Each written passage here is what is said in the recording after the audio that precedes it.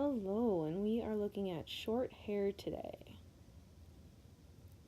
Starting off, I got two different, just very basic drawings. One that's looking at me or at the viewer, and one image that's in profile.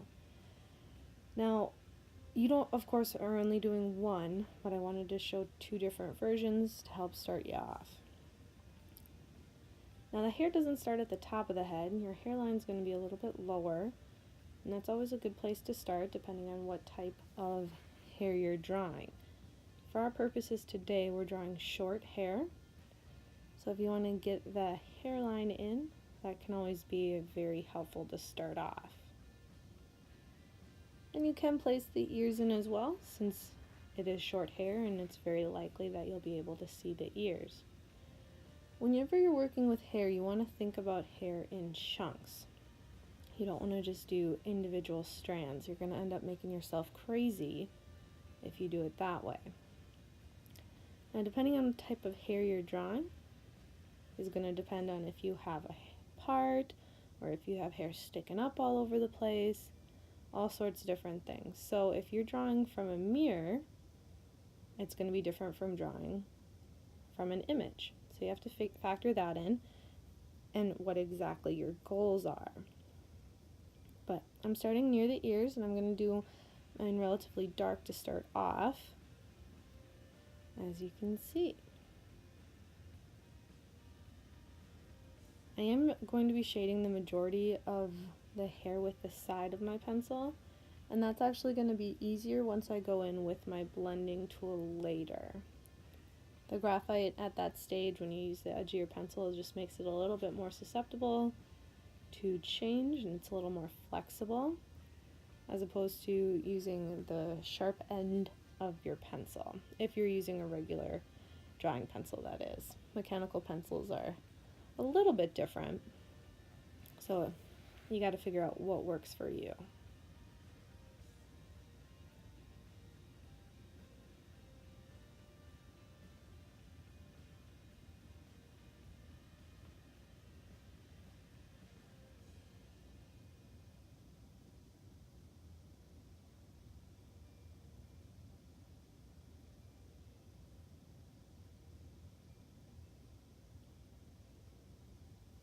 As the video continues, you'll notice that I tend to hop around the page a little bit, and right now I'm just kind of getting that base value in. I'm going to do a lot of blending here and then go back in with an eraser and take away where I think I'm going to want my highlights. And right now, I might change up my hairstyle just a little bit because I don't think it showcases quite as much values as a lot of hair does. So I might be getting rid of that part. That's why it's always good to know exactly where you're shooting and going for at the beginning, so you don't have to do a whole lot of changing. But I am going to change because I wasn't super thrilled on where my drawing was headed, and that's okay. This is all about learning and getting better as you go. So I'm going to change my hairstyle a little bit and have some spikes, or to give it a little bit more of a dramatic direction right in the front. Now when you do this, it's always going to be darker closer to the hairline, and this is going to actually showcase quite a few different values. Whenever you're working with hair, you want to give it direction. It does flow in a certain way.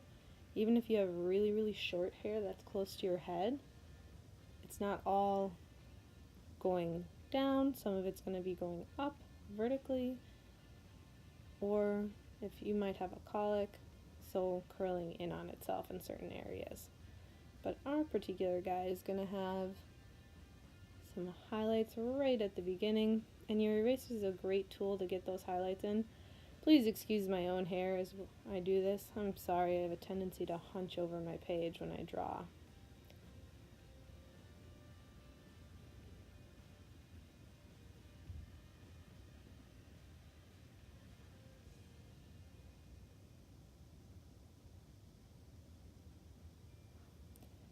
you can't really see it, it's a little blurry, but I am working on getting those values into that front aspect and along the edges. Having contrast within the hair is what's going to bring it to life.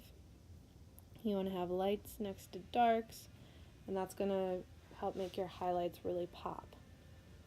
Help them make look a little bit more realistic. I am going to have a little bit of a fade on the side, so I can bring in my blending tool again there and incorporate that.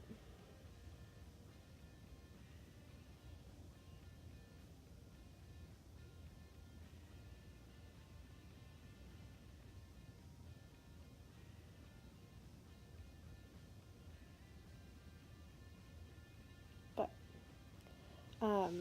always go back in, edit wherever you're not super happy, and we're getting relatively close to calling that. And you can always keep working on things until you're happy with them. Art is very much a personal thing, but we have a frontal view of hair. We are going to do one in profile here quickly. You'll notice that this drawing's a little bit smaller. I'm guessing the majority of you won't do a video in profile, so I thought it would be prudent to do it a little bit smaller, but I still wanted to include it in case someone wants to challenge themselves. Again, drawing in that hairline. I'm going to do a hairstyle that's very similar to the one I did above, so that fade right at the bottom.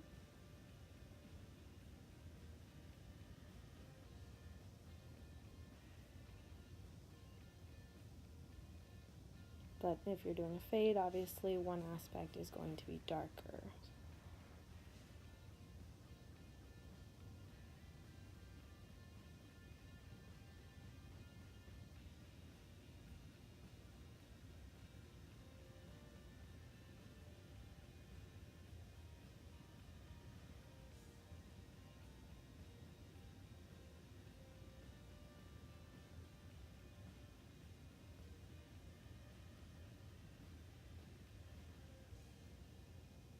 And then here, again, whether it's in profile or a person standing right in front of you or staring directly at you or at the viewer, you want to follow the direction that the hair flows, and that means your lines are curving or flipping up or curving down. As long as you're following the direction, you're relatively good to go. And that's what's going to help bring life to your hair.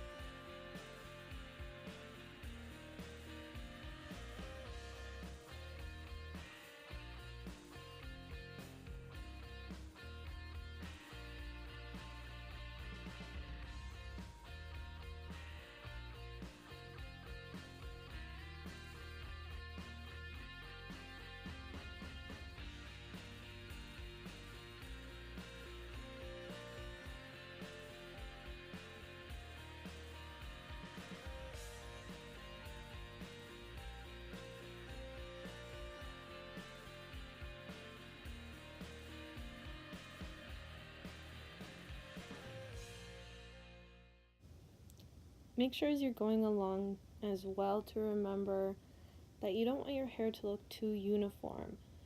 Now this individual's hair is gelled, but that doesn't mean that each spike that's flipping up is going to be exactly the same, and you don't want each one to be outlined either. The hair is going to be different. It's going to have light hitting it in different areas. Some places are going to be behind, some hair is going to be in front, and you have to keep that in mind as you go. You don't want it to be the same. Thanks for watching.